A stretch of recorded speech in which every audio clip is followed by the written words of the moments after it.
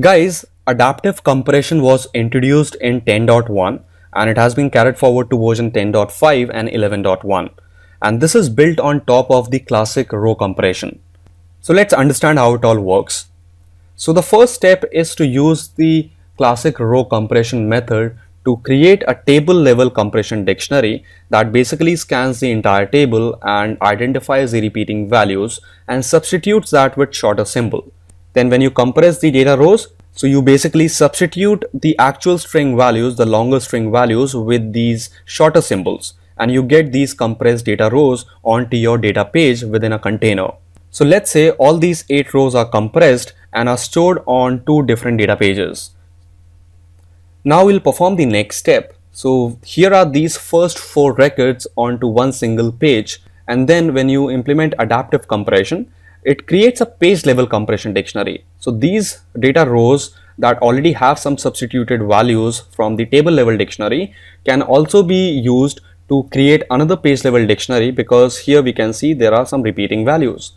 So this is the page level dictionary for this page that contains these 4 records in this example, and it picks up all these repeating values, assign them a shorter symbol and replaces them onto the data page. And this is the final result that you get with the adaptive row compression. The same thing is applied for the second page, the data page 2, where we have these 4 rows that were compressed with classic row technique, and here again we have these substitutions coming from the previous table level dictionary, and it creates a page level dictionary because these values are repeating on this data page 2, and it assigns them shorter symbols and replaces them onto the data page. So this becomes your compressed data page 2. So this is how adaptive compression works.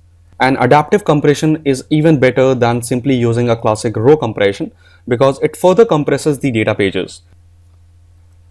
Now let's see how we can enable adaptive compression. It's really simple.